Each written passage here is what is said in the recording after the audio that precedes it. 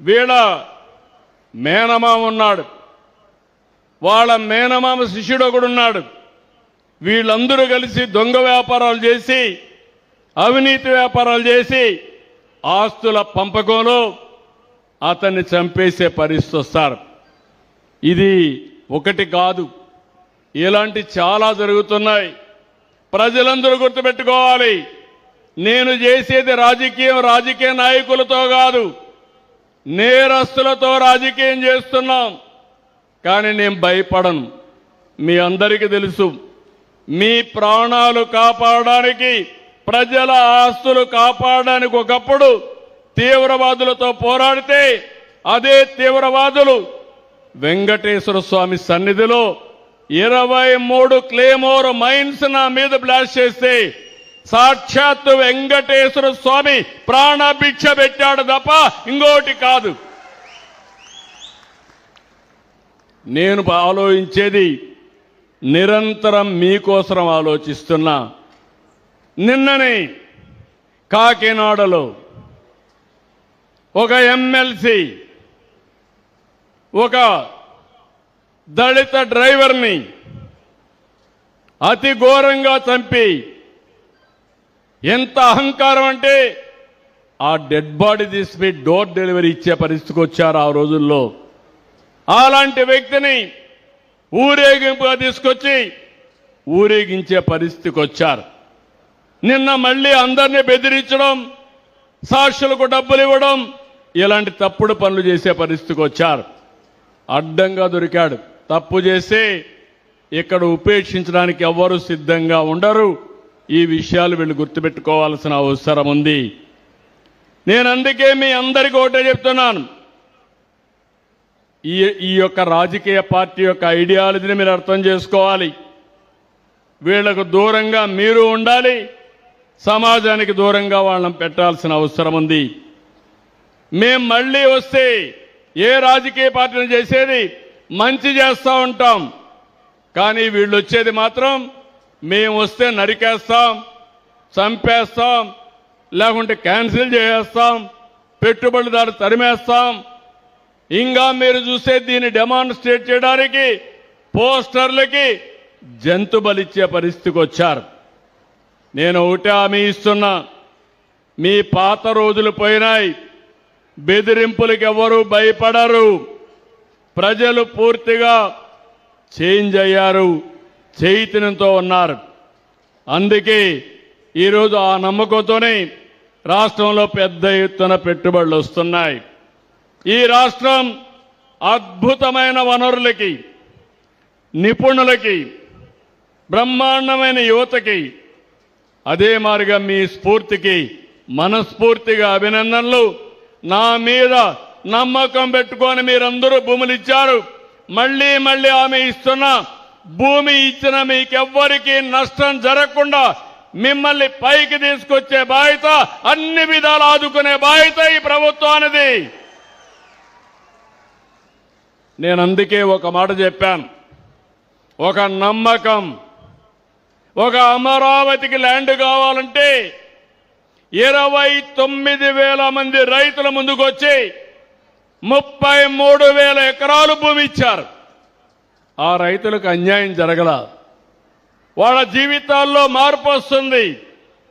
సమైక్య ఆంధ్రప్రదేశ్లో ఆ రోజుట్లోనే నేను ఒక ఎయిర్పోర్ట్ కట్టాలంటే 5,000 ఎకరాలు భూమి శంషాబాద్లో ఇచ్చారు.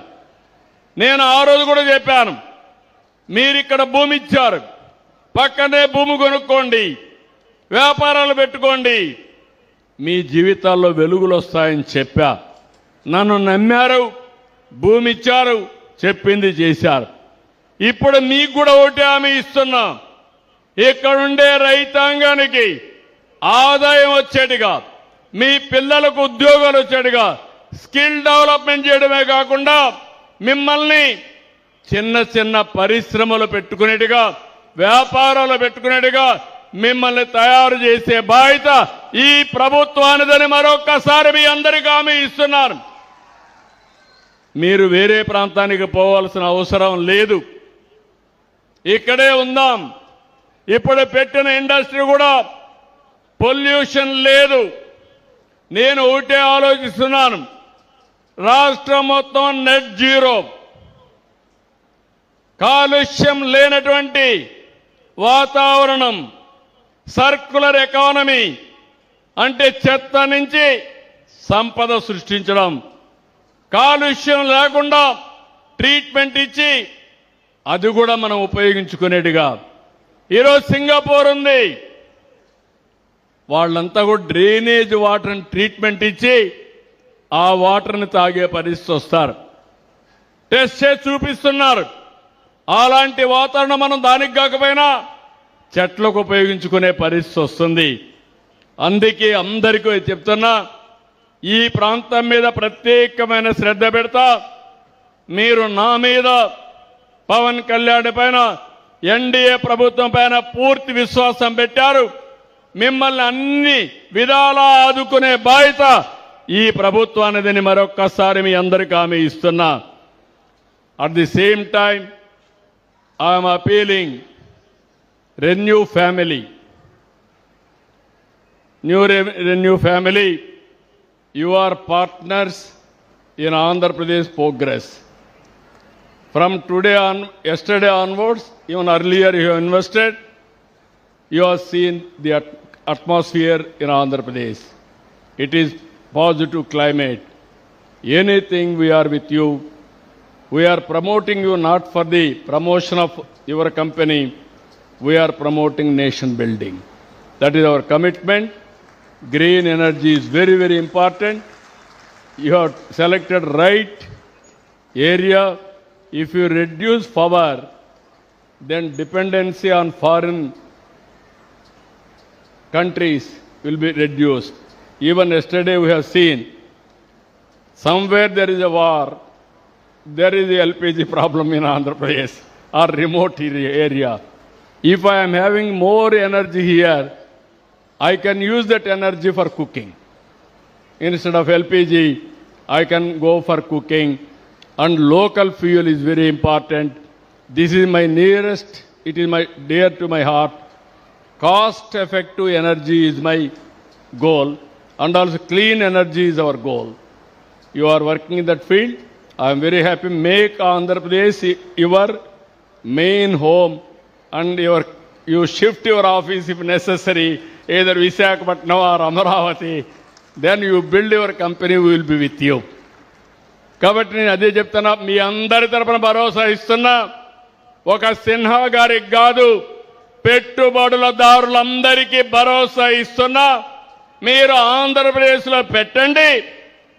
మీరు పెట్టే పెట్టుబడులు సేఫ్గా ఉంటాయి. అదే మాదిరిగా ఇది ప్రభుత్వం ఇచ్చే భరోసా, సిబిఎన్ ఇచ్చే భరోసా, ఆంధ్రప్రదేశ్ అభివృద్ధిలో భాగస్వాములు కావాలని ప్రతి ఒక్కరిని కోరుకుంటున్నా. ఒక renew, Tata, Birla, Reliance, Adani, Jindal, any group for that matter, national, international, Google, everybody is coming here.